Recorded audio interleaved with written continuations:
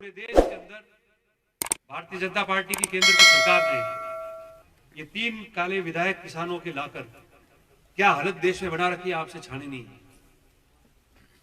इस देश में कभी ऐसा नहीं हुआ कि 2-2 ढाई महीने हो गए हो और किसान पूरा परिवार लेके रोड पे बैठा हुआ हो, धरना कर रहा हो, प्रदर्शन कर रहा हो। ऐसा कभी नहीं हुआ आज देश में। दूसरी जगह भी लोग आंदोलन करने लगे। राजस्थान में कांग्रेस पार्टी आंदोलन कर रही है। आज राहुल गांधी जी आज और कल 2 दिन के दौरे पे है राजस्थान में। आज हम लोग ब्लॉक की मीटिंग कर रहे हैं, उसके बाद पैदल यात्रा भी करेंगे। 28 तारीख को कांग्रेस का प्रदेश स्तर का सम्मेलन भी होगा किसानों का।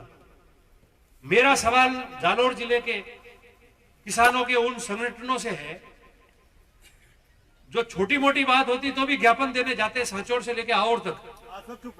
आज वो चुप क्यों है, ये सबसे बड़ा मेरा सवाल है जालोर जिले के उन किसान के संगठनों से। सही कह रहे हैं प्रधान साहब, क्योंकि आप भारतीय जनता पार्टी का चेहरा बने हुए हो, किसानों का चेहरा नहीं बने हुए। मेरे जालोर जिले के, इस जालोर जिले के हर काश्तकार से मेरी अपील है, अगर आप धर्म में मानते हो,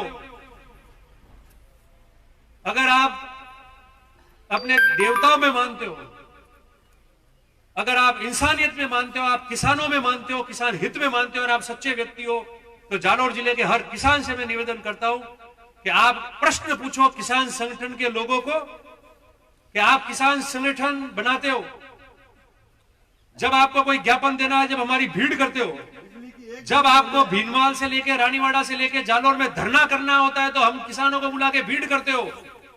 जब वसुंधरा राजे जी या बीजेपी का नेता आता है तो उनका स्वागत कराना होता है रथ के अंदर, तब किसानों के भीड़ बनाते हो कि किसान का संगठन है।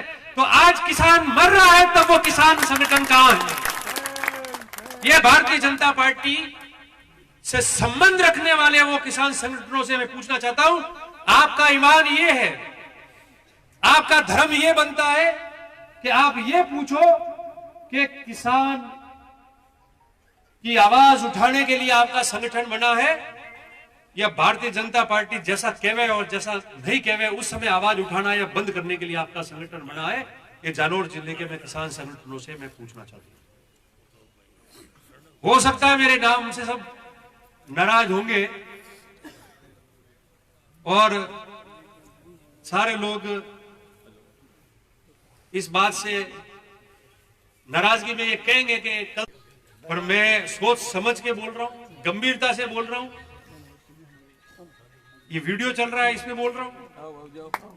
हाँ बाबू जी, सब लोग जो है वो बोल रहे हैं, तो आप मुझे ये बता दो,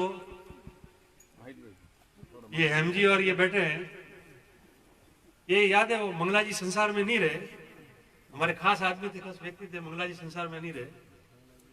हाँ गोदारा, तो एक दिन वो पिछला राज था कांग्रेस में, मैंने किसान संगठन वाले ज्ञापन देने गए, तो मैंने कहा किसान संगठन ज्ञापन दे रहा है बिजली के लिए, देना चाहिए, अगर इनकी बात सही है तो हमको मदद करनी चाहिए, हम सरकार में बैठे। थोड़ी देर बाद देखा तो मैं वो झंडी लेके मंगला जी वहां जा रहे थे, मैंने बोला मंगला जी थे कांग्रेस का पदाधिकारी, ब्लॉक थे कटन, तो कहता आप तो देखो किसानों वाली बात है और सही बात है, बिजली में यू है तो करावनी पड़ी। मैंने उनको कहा था, मैंने कहा भले जाओ और जो सही बात है मुझे लाके बताना, अपन भी कोशिश करेंगे।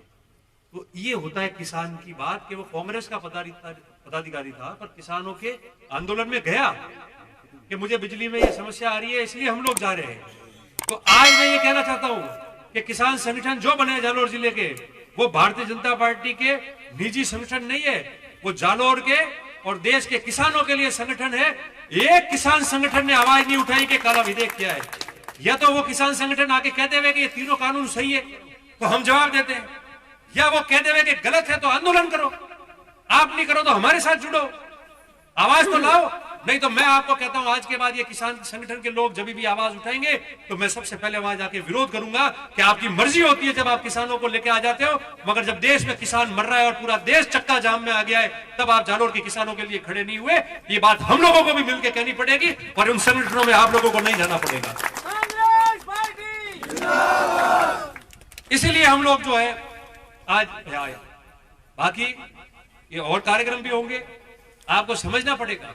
आपको सारी बात जो है पूर्ववर्ती वक्ताओं ने बताई है कि इस कानून से किसान का अधिकार बड़े लोगों के यहाँ, गांव से लेकर और देश तक, उनके वहां आपकी सारी चीजें गिरवी रखने के बराबर है।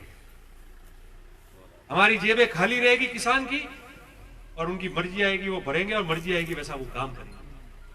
और अगर आज किसी को नहीं लग रहा हो, आज कांग्रेस की आवाज जहां तक पहुंच रही है और वो आदमी उसको पकड़ के साथ नहीं खड़ा रहेगा, क्योंकि किसान संगठन तो बैठ गए अपने यहाँ के पानी में। कांग्रेस पार्टी बोली है, कांग्रेस पार्टी बोल रही है, और उस आवाज में नहीं खड़े रहेंगे तो आने वाले समय में अगर ये विधेयक रहे और ये कानून लागू रहा, तो जिस दिन आपको याद आएगा उस दिन बहुत देरी होगी। ये बात आप लोग समझ के और इस बात का आप हर जगह बैठ के विरोध करना है। दूसरा, भूराराम जी आए हैं, जो आगे जिला कांग्रेस और ब्लॉक कांग्रेस किस तरीके से संगठन का गठन होना चाहिए, कौन कौन व्यक्ति होना चाहिए, क्या नहीं है, तमाम बातें हैं। आप इनको मिलके टेलीफोन करके इनके पास जाके आपकी भावनाओं से अवगत करा सकते हो। भावना एक होनी चाहिए, और वो भावना एक ये होनी चाहिए कि कांग्रेस पार्टी कैसे मजबूत हो, और हमारे इलाके में मजबूती से संगठन में हम लोग कैसे मजबूत होकर काम कर सके, और हमारी पार्टी जीत के आगे भी जा सके।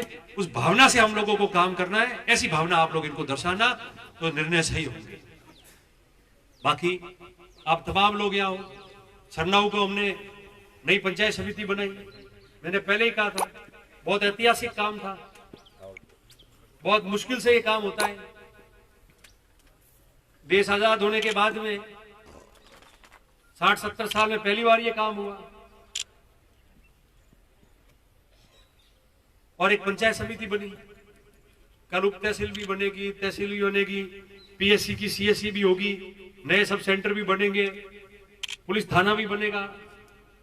और एक जमाना यहाँ के आसपास के लोगों के लिए और गांव के लिए आएगा कि आपका कस्बा इतना विकसित हो जाएगा कि रोजगार भी होगा, आर्थिक दृष्टि से भी सब सदृढ़ होंगे, और काश्तकारों का छोटा मोटा काम यहाँ हो जाएगा, जेब में खर्चा कम बचेगा, इधर उधर जाने से आप रुक जाओगे, और तमाम काम ये होगा।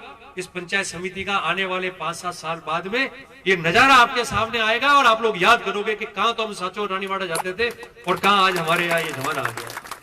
तो हमारा तो काम था काम करना।